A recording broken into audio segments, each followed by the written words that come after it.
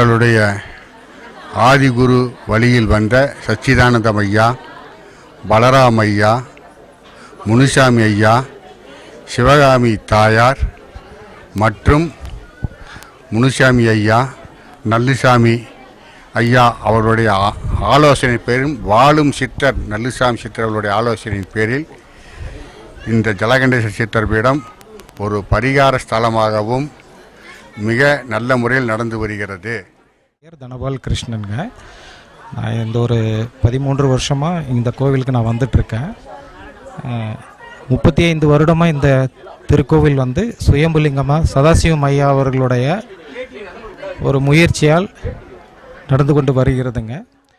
So in the Koila Patti, I have to say is that it's very pleasant place and you'll get many blessings over here. We have lots of siddhas over here, and of course all the siddhas blessing and all the jiva samadhis over here, and we celebrate plenty of pujas over here, like pujas like we do Trikalyanam, Shivaratri.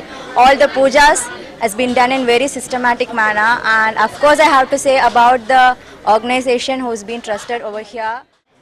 இந்த கோயிலில் பார்த்திங்கன்னா பிரதோஷம் எல்லா முக்கியமான பூஜைகளும் வந்து நல்லா வெகு சிறப்பாக பண்ணுவாங்க. ஒவ்வொரு பூஜைகளும் வந்து ஒவ்வொரு நாளுக்கு என்னென்ன விசேஷங்கள் நாள் இருக்கோ அந்த அத்தனை பூஜைகளும் வந்து நல்ல முறையில் நல்ல ஒரு ஒற்றுமையாக நல்ல ஒரு இதாக பண்ணுவாங்க. எந்த ஒரு இது இல்லாமல். சிவாயமா, திருச்சிற்றம்பலம், சிவனடியார், சுரேஷ்குமார், பழக்கடை.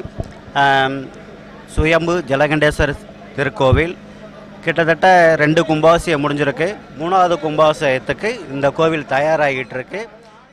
வணக்கம், சிவாய நம. திருச்சிற்றம்பலம். என் பேர் வந்து பத்மாவதி, இவர் பேர் சிவசங்கர், என்னோடய ஹஸ்பண்டு.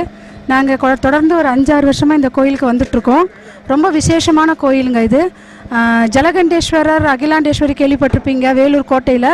அதே மாதிரி இது ஜலகண்டேஸ்வரர் சங்கரநாயகி தாயார் கோயில்.